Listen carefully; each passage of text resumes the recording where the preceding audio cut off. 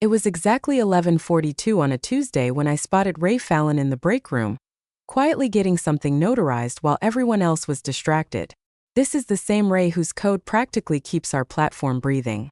But no one noticed him, just me. The rest of the team was huddled around Julian's desk, watching him fumble through a clumsy demo of a prototype Ray had built back in 2019. They cracked up when Julian called it his visionary leap. Meanwhile, Ray sat off to the side, sipping his black coffee like he already knew how it would all end and decided it wasn't worth interfering. That was just Ray. Always watching from the sidelines, always thinking 10 steps ahead. I joined Archbyte 7 years ago, back when our office was crammed above a tie joint that constantly smelled like peanut oil and blind ambition. Ray was already on board. Wade used to call him our miracle builder. The guy who got our MVP done in under 3 months, who had the entire stack memorized, and who once talked directly to AWS support because Wade didn't even know what a VPC was. Ray never cared about being front and center. He just wanted clean code, rock-solid infrastructure, and results that spoke for themselves. But over time, Flash started winning out. Then Julian showed up 2 years ago, with all the charisma of a TED Talk and zero depth to back it up. Wade was hooked immediately. "He's got vision," Wade kept repeating, like Ray had been stumbling around in the dark this whole time. The more Julian talked, the more Ray got pushed aside. I watched it happen, like watching a cliff slowly wear away. First, Ray was left off email threads. Then Wade redrew our internal org chart. And Ray's name was just gone. You don't rip out the spine of a company and expect it to keep standing. But Wade didn't know the difference between a backbone and a set of show muscles. And let me just say this real quick.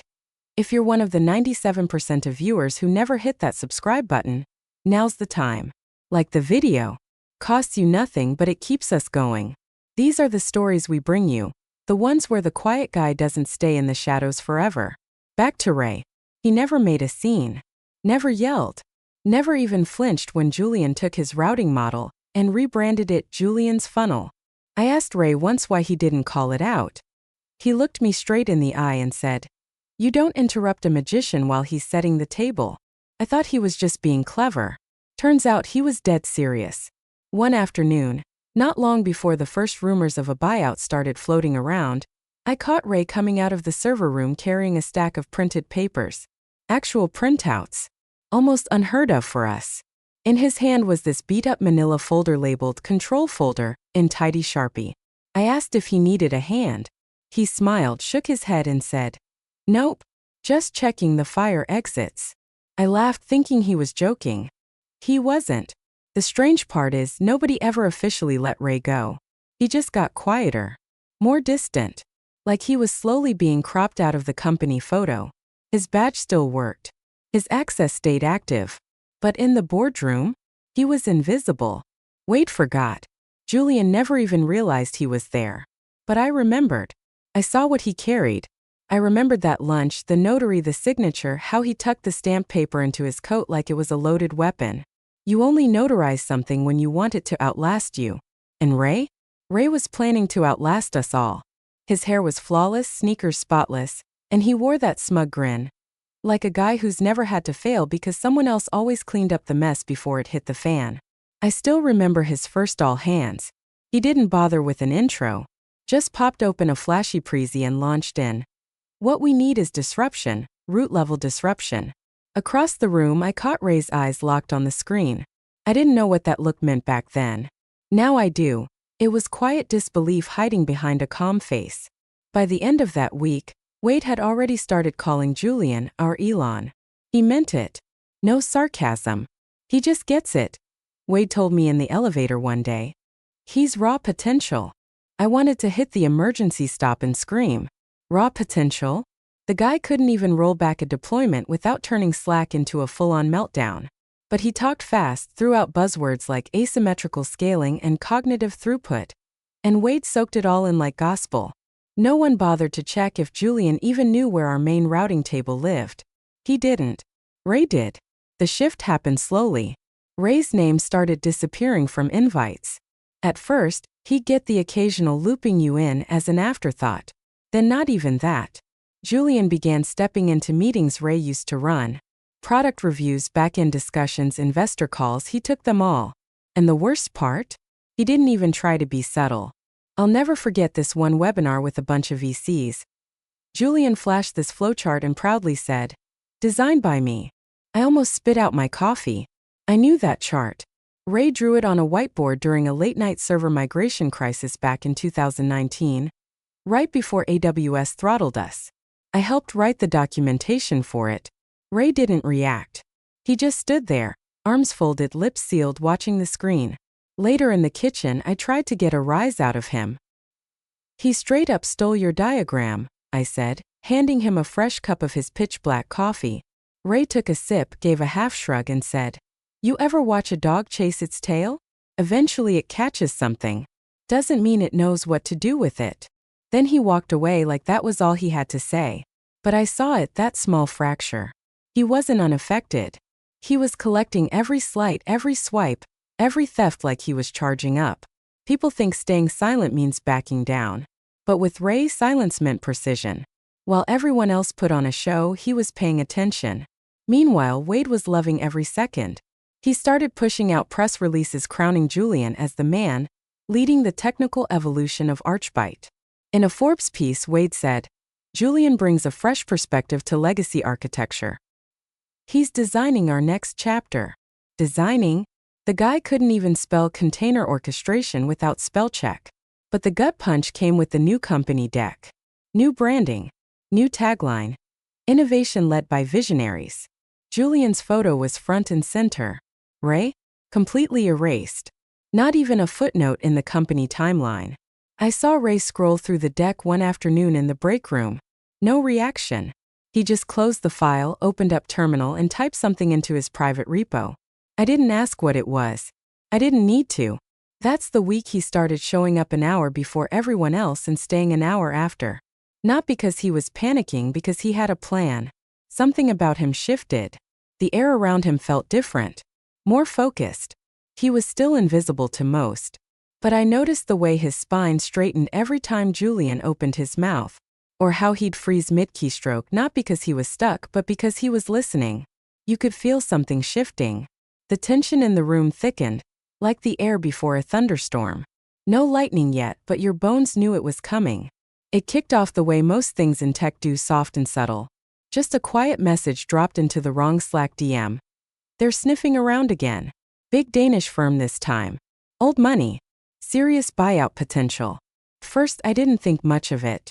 Then Wade started showing up 3 days in a row, wearing shirts with actual collars and ordering espresso like he knew what he was doing. That's how you know something's up. The CEO starts playing CEO again. By Friday, it wasn't whispers anymore. It was a full-blown performance. NDAs were being handed out like Halloween candy. Conference rooms mysteriously booked for strategy discussions. Julian pacing the lobby, rehearsing pitches like he was about to audition for Shark Tank. And Ray? Nowhere to be seen. He wasn't included. Not in the decks. Not in the meetings.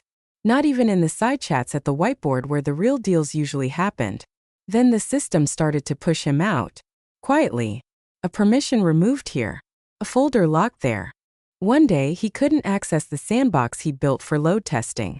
Next day, his clearance to the old backup server was gone. No announcement. No heads up. Just digital silence.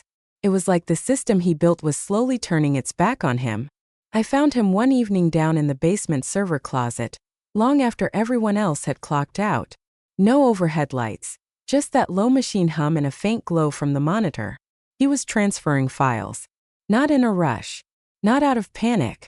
Calm. Intentional. He had a hard drive with a label taped to it. Control folder A. I leaned against the doorframe and said, "Is that what I think it is?" He didn't even glance up. "It's what they think they already have," he said, and clicked eject. What Ray didn't know. And I only found out because I got stuck writing the About Us section for the acquisition brief, was that Wade had wiped him from the company story entirely. Ray Fallon wasn't just omitted. He was treated like a liability. The board wanted a clean narrative. Young, dynamic founders, lean leadership, zero legacy drag. They needed Julian to look like the tech genius. A polished, press-friendly visionary. Not the guy who once debugged a critical race condition barefoot on a concrete floor at 2 a.m. Wade's reasoning? Buyers want movement, not memory. He actually said that to me over lunch like he was tossing out an old hoodie. Ray's smart, yeah, but he doesn't photograph well. Henrik wants a brand, not some wizard in the shadows. Henrik, the Danish buyer. Quiet guy. Known for cutting deep and scaling fast. Wade was desperate to impress him. Julian wanted to be him. And Ray? Ray was the piece they were happy to sacrifice. And here's the thing, Ray didn't even blink.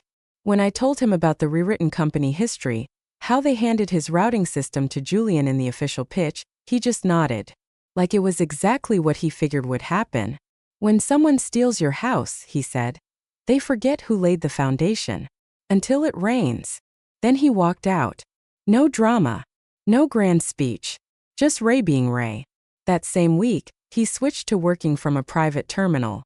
No more shared logins. No cloud backups.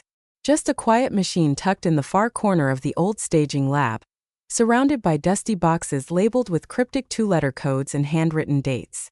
He even brought his own thermos. He started locking the door behind him. Meanwhile, Julian had taken up Danish on Duolingo like he was prepping for royalty. One night I caught Wade on the phone, pacing outside his office like a man who just outrun a fire. We scrubbed the IP trail, he said. There's nothing Henrik will see that ties Ray to ownership. We're safe. They weren't. Because what they didn't know, and what Ray never felt the need to say, was that Control Folder A wasn't just a backup. It wasn't leverage. It was ownership. And now it was offline. The day Julian was crowned CTO, the office smelled like champagne and unchecked egos. They actually brought out a cake shaped like a motherboard. Wade gave a speech that started with "The future is now," and ended with, "And it's got Julian's fingerprints all over it." I swear I could feel the building's foundation groan in protest. Ray didn't show up. No one asked why. But I knew. He wasn't hiding, he was executing. That morning I saw him quietly get into a rideshare with a leather portfolio under his arm. His destination? A quiet office building just 2 blocks from City Hall. No logos. No buzz. Just a small discreet plaque, Garrison and Teal LLP. The kind of place that doesn't need advertising because their results speak in silence. Turns out Ray hadn't just architected the system. He'd built the legal scaffolding around it too. Years ago, when Archbite was still all ramen noodles and whiteboards, Ray had negotiated a clause that got buried deep in the incorporation documents. Clause 11.4c: in the absence of a formal revocation or exclusive assignment, all novel proprietary routing systems authored by Ray Fallon shall remain under the protective legal domain of the Fallon Infrastructure Holding Trust. No one had revoked it. No one even remembered it existed. Except Ray. And his attorney. The meeting was quick. Cold. Clinical. Within hours, a record was quietly updated in the U.S. Patent Licensing Archive. Just a small change: ownership of a critical routing system license shifted from Archbite Incorporated to Fallon Infrastructure Holding Trust. Time-stamped. Public. But buried under so much bureaucratic mud that unless you were digging, you'd never notice. If you weren't looking for it, it looked like routine filing. But if you were, it was a landmine. Ray didn't call attention to it. Didn't make a noise. No Slack messages. No alerts. He just walked out of that office like it was any other Tuesday. Meanwhile, Wade was in full-blown messiah mode. Telling TechCrunch, "We're scaling smart. Julian's leadership has redefined our stack for global performance." In Forbes, he said, "Honestly, we rebuilt the system from the ground up. Ray was solid, but this new architecture? That's Julian." Ray printed that article. Not to frame it, but to document it. I found the copy later in his desk drawer. 2 lines underlined in red ink. Below them, a sticky note with 3 words: false claim, public misrepresentation, intent to mislead buyer. Ray wasn't just observing anymore. He was logging. The strangest part? Wade and Julian had no clue. Too busy filming their startup documentary with rented lights and fake coding shots. Julian strutted around the office with a gimbal in hand like he was the second coming of Steve Jobs. "We're disrupting back-end logic," he said into the camera once. Ray happened to be walking by right then. He didn't stop. Didn't look their way. Ray just kept walking toward the lab. That same afternoon, while he was out grabbing lunch, I passed by his desk and caught a glimpse of his screen. One tab open. The licensing database. Refresh. Refresh. Screenshot. No panic. No rush. Just methodical preparation. Because Ray knew something Wade never could wrap his head around. Being invisible doesn't mean you're out of the game. Control isn't about appearances. It's about timing, precision, and having the right signature in the right place, at exactly the right moment. And Ray had that now. Henrik's voice came through smooth and measured during the fourth acquisition prep call. Calm, clipped, the kind of voice that didn't need volume because money already listened. Before we finalize, I'd like to review the routing architecture, he said. Specifically the IP ownership of the core stack. Simple words. But they hit like a grenade. Julian blinked. Of course. We have all that. Fully proprietary, developed in-house, owned by Archbyte. He tried to play it cool, but you could hear the crack in his tone. Then he flipped to the next slide. Some overly designed diagram filled with shapes, arrows, and buzzwords. Nothing real behind it. Just branding fluff and spaghetti lines. It didn't resemble anything Ray had ever built. Henrik didn't react. He just made a note and said, "Good. I'll have our technical due diligence team review the documentation later this week. Please include full author history and license trail." Julian nodded too quickly. Absolutely. Ray wasn't even supposed to be on the call, but I saw him sitting in the far corner of the open floor, headphones on, though the volume leaked just enough for me to hear. He wasn't typing. He was writing longhand on a legal pad. No digital fingerprints. Just old-school ink on paper. The next 2 days were pure chaos. Julian started pulling engineers into back-to-back meetings like he was herding them into a panic room. He needed them to reverse engineer a system they barely touched under the hood. Arguments broke out. One junior dev left the room crying after being told to rewrite comment headers with Julian's initials. Another one leaned in during a hallway coffee break and muttered, "He's trying to rewrite history, but the code remembers." Julian didn't stop. By Friday, the Git logs were butchered. Commit histories scrubbed clean. Ray's early build messages replaced with generic entries like initial refactor or legacy optimization JH. He even edited the repo metadata to list himself as the lead architect. It was desperate and messy. Ray saw every bit of it. Never said a thing. That night, I found him in the old lab, the only light coming from a single desk lamp. He was flipping through a physical copy of our original system blueprint. You could still see the old coffee rings and grease from a midnight pizza run. Every page was signed with his initials. Dated. Stamped in time. I stood there watching him before finally asking, "You gonna stop him?" He didn't look up. Just turned a page and said, "Let him finish the story. I'm just waiting for the footnotes." That weekend, Henrik's team sent over their initial due diligence notes. They were polite but sharp. One line read, "Please clarify the licensing lineage of the routing infrastructure." Another cut deeper. "We cannot locate the original assignment of IP rights from Ray Fallon to Archbyte in the materials provided. Please advise." Julian lost it. Full panic mode. He started tearing through old servers like a man trying to prove he existed. But Julian was digging in the wrong era.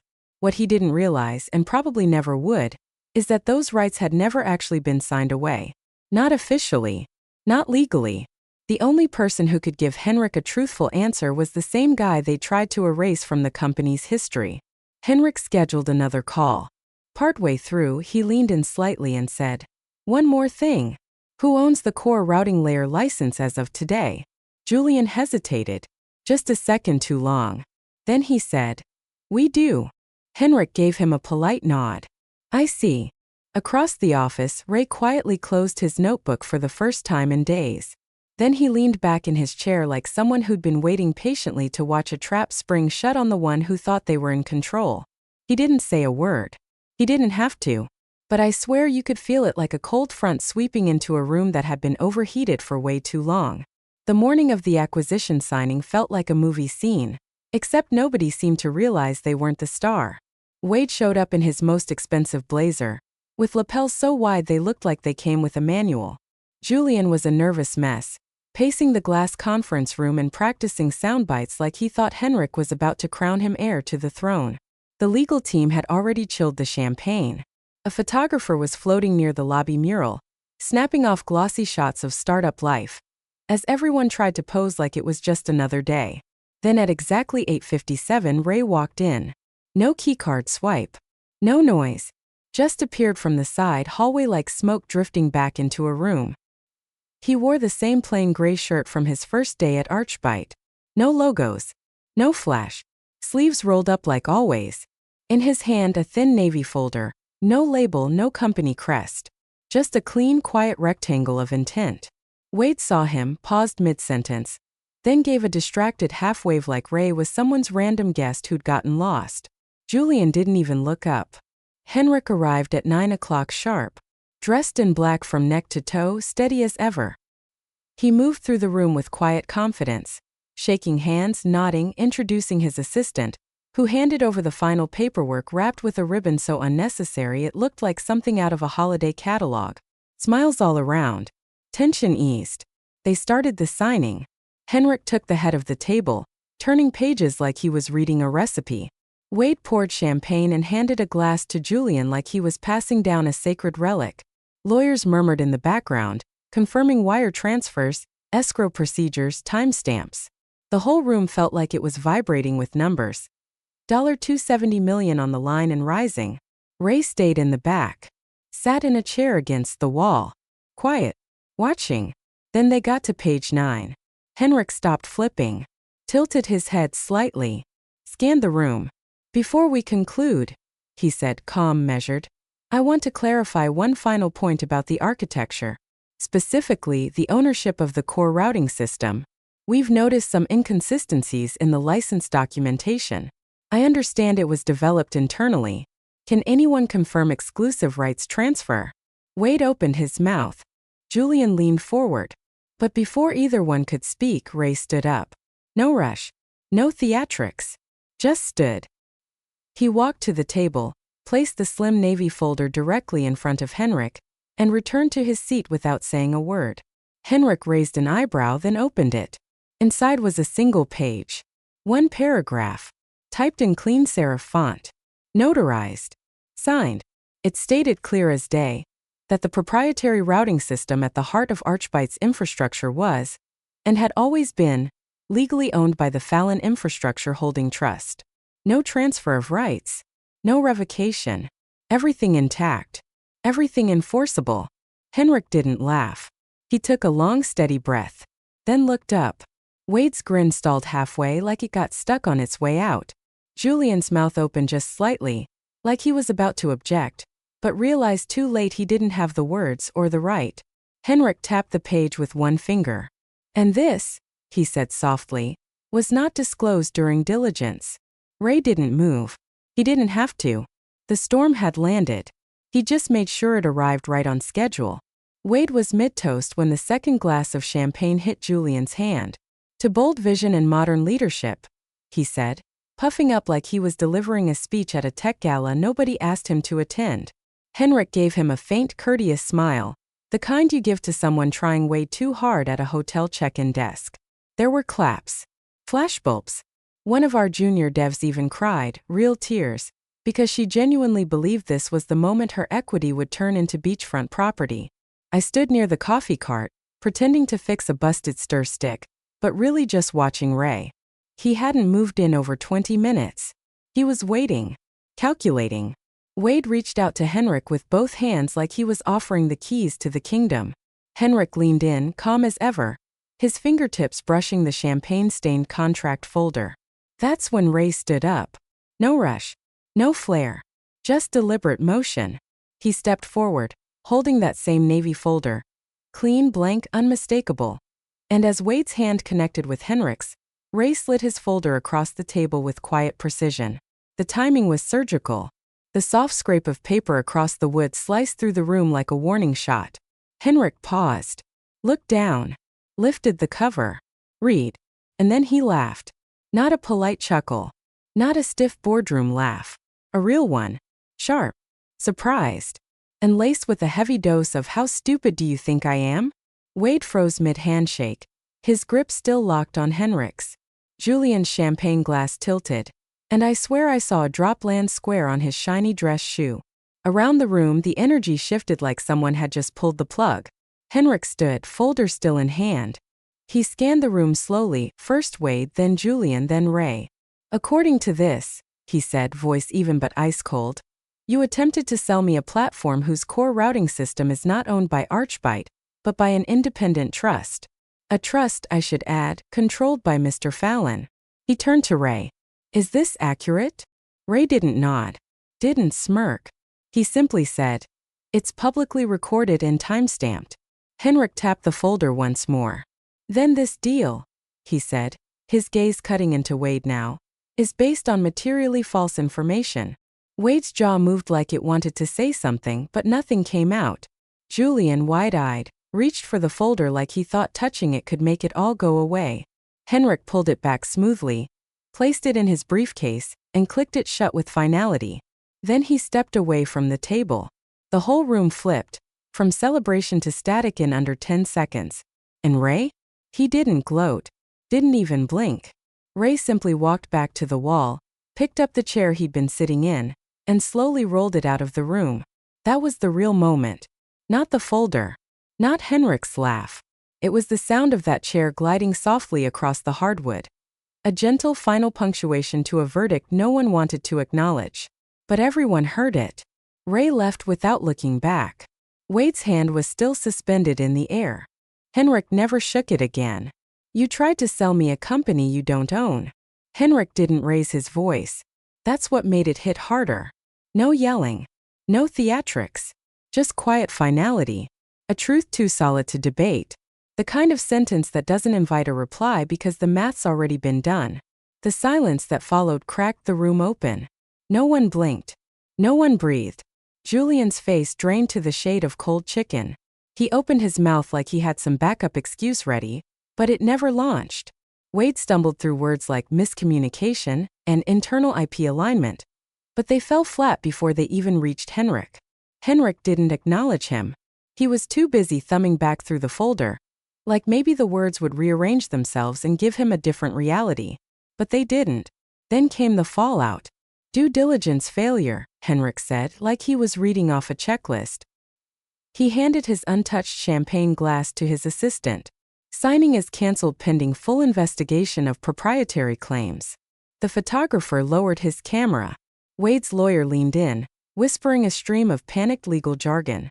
One board member, Gloria I think, stood up and asked, is this some kind of joke?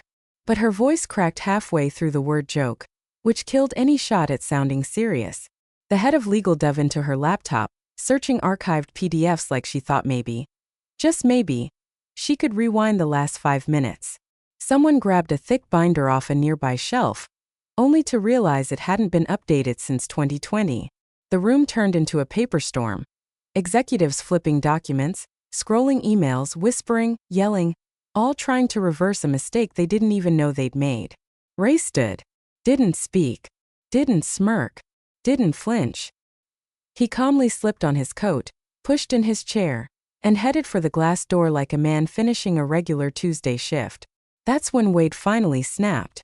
Ray! He shouted, voice cracking under the pressure of the whole illusion falling apart. This is sabotage. Ray didn't stop, didn't look back, just opened the door and stepped into the hallway like he was done. Done playing, done waiting, done cleaning up someone else's mess. And that somehow made the biggest noise of the morning. Henrik waited a full 10 seconds. Then, still holding the folder, he followed. Left Wade stammering. Left Julian frozen. Left the board scrambling through papers like they were searching for a fire exit in a locked room. I followed too, not close, just enough to see. Henrik caught up to Ray near the elevators. Mr. Fallon, he said, adjusting the strap on his briefcase. May I ask you something? Ray turned. Henrik's tone softened. Would you be interested in building something new? Something properly structured this time. Ray didn't answer right away. He glanced down at the floor, then met Henrik's eyes, then gave a single steady nod. And the elevator doors opened.